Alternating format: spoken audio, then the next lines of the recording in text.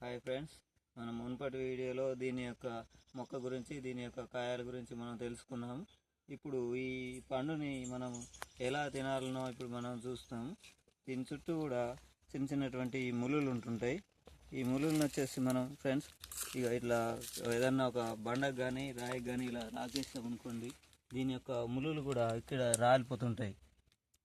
చూడండి, ఇక్కడ ఈ సన్న ముళ్ళంతా రాలిపోతుంది.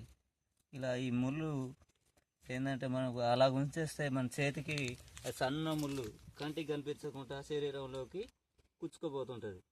దానివల్ల మనకు పుళ్ళు అవుతుంటాయి. ఇప్పుడు మనం చూడండి ఫ్రెండ్స్, ఈ తల భాగాన ఒక లోపల ఈ ముళ్ళు కంటే లోపల ఇంకొక ముళ్ళు ఉంటుంటుంది. దాన్ని మనకి ఈ పండుని చూడండి ఫ్రెండ్స్, ఇలా పైనుంచి ఇలా తీసేమని చూసుకోండి. పింక్ కలర్, పూర్తి పింక్ కలర్లో ఉంటుంటుంది. చూడండి, మనము ఈ భాగాన్ని మాత్రము వచ్చేసి ఈ భాగాన్ని తినాలి. లోపల భాగంలో ఒక ముళ్ళు అనేది వచ్చేస్తుంటుంది ఫ్రెండ్స్. అదే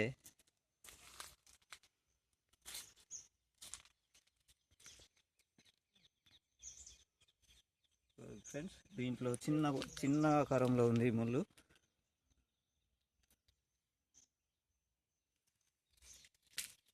చూడండి ఫ్రెండ్స్, ఈ భాగాన్ని మనము తీసేసి మిగతా ఈ పండు భాగాన్ని ఇలా తినేస్తే కొంచెం పుల్లగా తీయగా ఉంటుంటుంది ఫ్రెండ్స్.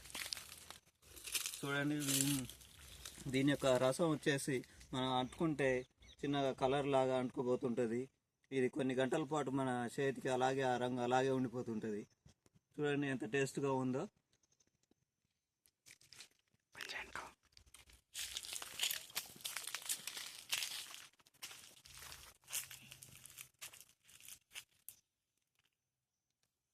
ఈ పండుని తినేసి లోపల గింజలు మన యొక్క ఎలా ఉంటుంటాయి అంటే జామ పండు గింజల్లాగా ఉంటుంటాయి. ఇలా గింజలు మాత్రం ఊసేయాలి ఫ్రెండ్స్. సో ఇవి చూడండి, జామ గింజల్లాగా సేమ్ అలాగే ఉంటున్నాయి. గింజలు మాత్రం పారేసేయండి.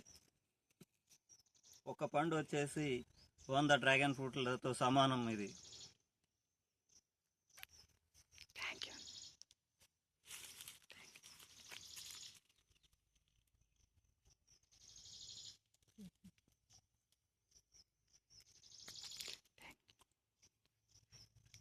థ్యాంక్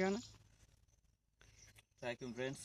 అందరూ కూడా మీరు ప్రతి విలేజ్లలో కూడా చేళ్ళల్లో గట్లలో కూడా ఇవి మొక్కలు ఉంటుంటాయి.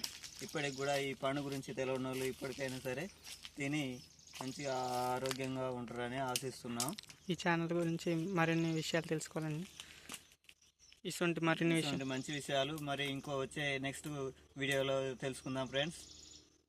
Subscribe, like and subscribe.